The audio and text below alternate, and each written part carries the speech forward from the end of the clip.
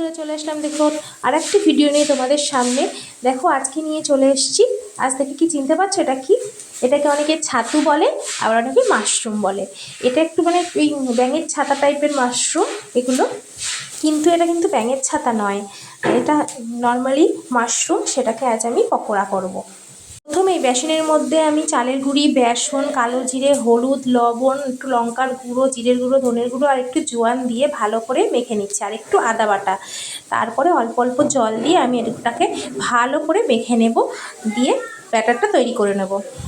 আমি এই ব্যাটারটা গুলে নিয়েছি, আর ব্যাটারটা এমনভাবে গুলতে হবে যেন হাত থেকে পুরো পড়ে না যায়, লেগে লেগে থাকে, সেই হিসাবে গুলতে হবে। চলো তাহলে এবার কিভাবে ভেজে নিই তোমাদের সাথে শেয়ার করি। খেতে কিন্তু দারুণ হয়, এটা একবার করে দেখো।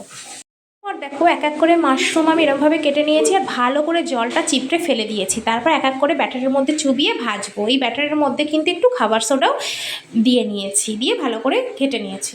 এবার দেখো এক এক করে আমি দিয়ে দিচ্ছি তেলের মধ্যে। এইভাবেও তোমরা দিতে পারো, আবার বেসনের মধ্যে একবারে মাখিয়েও অল্প অল্প করে ছেড়ে ছেড়ে দিতে পারো। দেখো আমি এইভাবে দিয়ে এটাকে হালকা আঁচে ভেজে নেব। চলো তাহলে ভেজে নিই।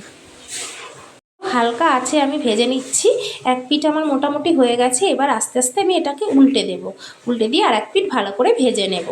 এবার এইভাবে লাল লাল করে আমি ভেজে নিয়েছি। এবার প্রায় ভাজা হয়ে গেছে, এবার তুলে নেব। চলো তাহলে এবার তুলে নিয়ে সার্ভ করি। এটা কিন্তু খেতে দারুণ হয়, আমি প্রথম বানালাম, খেতে দারুণ হয়েছিল, তোমরাও বানিয়ে দেখো। ভাজা পুরোপুরি কমপ্লিট হয়ে গেছে, আর এবার খাওয়ার জন্য রেডি। এটা তোমরা নর্মাল সস দিয়েও খেতে পারো, এর উপরে একটু চাট মশলা বা বিট লবণ ছড়িয়ে নেবে, খেতে কিন্তু দারুণ হয়। আর ভিডিওটি কেমন লাগলো অবশ্যই জানিও। আর নতুন যদি ভিডিও তোমাদের পেতে ইচ্ছা করে তাহলে অবশ্যই আমি কমেন্ট করে জানিও, আমি আরও নতুন নতুন ভিডিও তোমাদের সাথে শেয়ার করব। আজকের মতো আসি বন্ধুরা, সবাই ভালো থেকো, সুস্থ থেকো, টাটা।